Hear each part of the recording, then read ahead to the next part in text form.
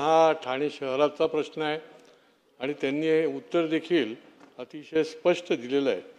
या संबंधामध्ये हे जे विकासक आहेत हे मनमानी सुटलेले आहेत, म्हणजे अजून बांधकामं चालू आहेत आणि त्याच्यामुळे आता यांनी देखील जी विजिट केली ती आपलं बोलण्यामध्ये आलं की 12 जुलैला जाऊन त्यांनी पाहणी केली, म्हणजे लक्षवेधी हे सगळं नाही 12 जुलै दिलंय, 12/7/25 रोजी संयुक्तपणे स्थळ पाहणी करण्यात आली आणि त्याच्यामुळे एकतर आपण जी कारवाईचं उत्तर दिलेलं आहे ते ही कारवाई जी आहे ही चौकशी वगैरे जी आहे ती जास्त न लांबता किती दिवसामध्ये ही चौकशी करून तुम्ही कारवाई करणार आणि जे अधिकारी आता शेवटी महापालिकेनेही त्याला मंजुरी दिलेली दिसते, आज जी बांधकामं चालू आहेत त्या ठिकाणी अशाच प्रकारची, तर त्याच्या संबंधी कुठल्या प्रकारची आपण कारवाई करणार।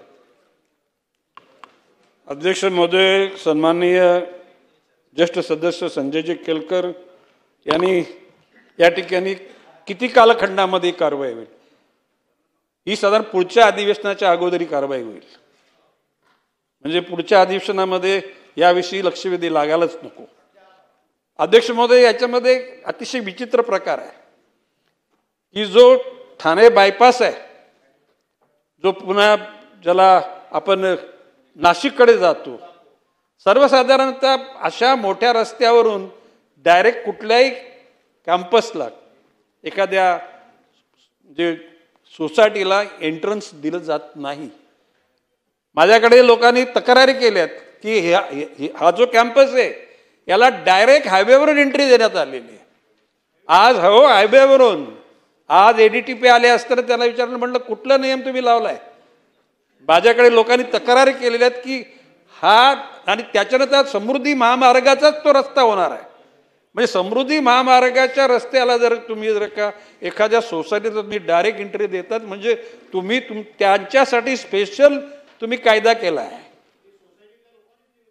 नाही बरोबर, हा बाब तशीच आहे आणि म्हणून मी त्या ADTPला म्हटले की तुम्ही अशा प्रकारची हायवेवरून एंट्री त्या कॅम्पसला दिलेली आहे, त्याची नियमावली मला सांगा। तुम्ही जर त्या ठिकाणी नियमाचा भंग केला असेल तर ती चूक दुरुस्त करा।